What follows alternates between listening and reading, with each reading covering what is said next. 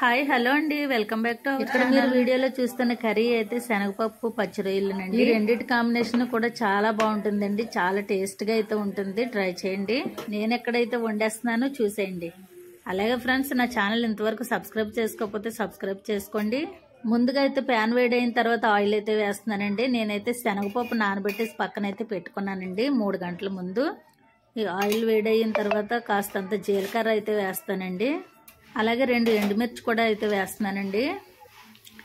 ఇవి బాగా వేగిన తర్వాత సన్నగా కట్ చేసుకున్న ఉల్లిపాయలు అయితే వేస్తాను. పచ్చి రొయ్యలకి ఏదైనా కలుపు ఉంటేనే బాగుంటుందండి. వంకాయ కానీ శనగపప్పు కానీ ఇలాంటి వాటితో మనం కలిపి వండుకుంటే చాలా టేస్ట్గా ఉంటుందండి.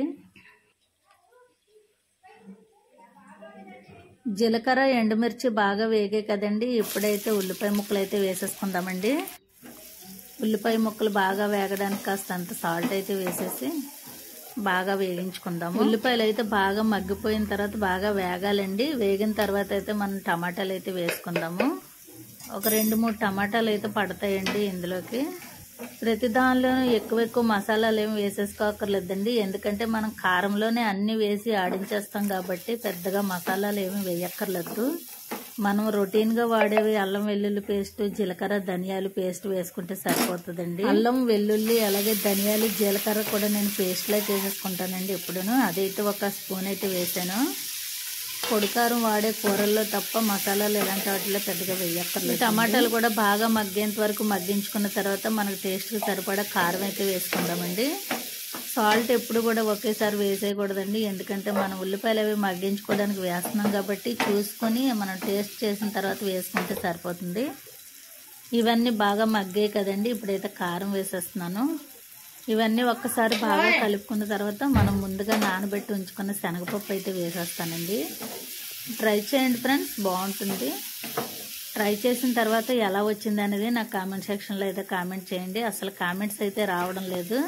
ఇదిగోండి శనగపప్పు అయితే బాగా నానింది, అది అయితే వేసేస్తాను నేను. వేసేసి బాగా కలుపుకున్న తర్వాత కొంచెం వాటర్ అయితే వేసుకుందామండి. నానున్నాయి కాబట్టి కొంచెం వాటర్ వేస్తే బాగా ఉడికిపోతుంది. ఇప్పుడైతే కొద్దిగా సాల్ట్ అయితే వేస్తున్నానండి, ఎందుకంటే పప్పు ఉడుకుతున్నప్పుడు పప్పుకు సాల్ట్ పడుతుంది కదా, బాగుంటుంది అనమాట. కొద్దిగా వాటర్ అయితే వేసేసి మూత పెట్టి ఒక 5-6 నిమిషాలు ఉడికించుకుంటే పప్పు బాగా ఉడికిపోతుందండి. అలాగే ఫ్రెండ్స్, నా ఛానల్ అయితే సబ్స్క్రైబ్ చేసుకోండి. వీడియో నచ్చితే కనుక షేర్ చేయండి. అలాగే ఒక లైక్ కూడా ఇవ్వండి. వాటర్ వేసేలా బాగా కలుపుకున్న తర్వాత మూత అయితే పెట్టేస్తానండి. శనగపప్పు కాస్త గట్టిగా ఉంటుంది కదండి, ఒక 5-6 నిమిషాలు ఉడికించుకుంటే కనుక ఉడికిపోతుంది. ఇదిగోండి ఇలా అయితే ఉడికిపోయింది కదా. ఇప్పుడైతే మనం రొయ్యలు అయితే వేసేసుకుందామండి, పచ్చి రొయ్యలు. రొయ్యలు వేసిన తర్వాత కూడా ఎక్కువసేపు ఏమి ఉడకక్కర్లేదండి, ఎందుకంటే ఆల్రెడీ వేగిపోయాయి కదా రొయ్యలు కూడా. అంతే, బాగా ఉప్పు కారం అన్ని పడతాయి. ఒక్కసారి మూత పెట్టి ఉడికించేసుకుందాం. చాలా బాగుంటుందండి రైస్ కి కర్రీ అయితేని. శనగపప్పు పచ్చి రొయ్యలను ఉడికిపోతుందండి. కర్రీ అయితే రెడీ అయిపోయినట్టే. ఆయిల్ అంతా సపరేట్ అయింది కదా. మనం ఇప్పుడు చివరిగా కొత్తిమీర అయితే వేసి దించేసుకుంటే సరిపోతుందండి. నా దగ్గర అయితే కొత్తిమీర లేదు. ఇంతేనండి, ఎంతో టేస్ట్ గా ఉండే పచ్చి రొయ్యలు పచ్చి శనగపప్పు కర్రీ అయితే రెడీ అయిపోయినట్లండి. వీడియో నచ్చితే సపోర్ట్ చేయండి, యూజ్ అనుకుంటే షేర్ చేయండి. థ్యాంక్ యూ అండి, థ్యాంక్ యూ ఫర్ వాచింగ్. మరొక మంచి వీడియోతో మళ్ళీ కలుద్దామండి. అంతవరకు బాయ్ అండి.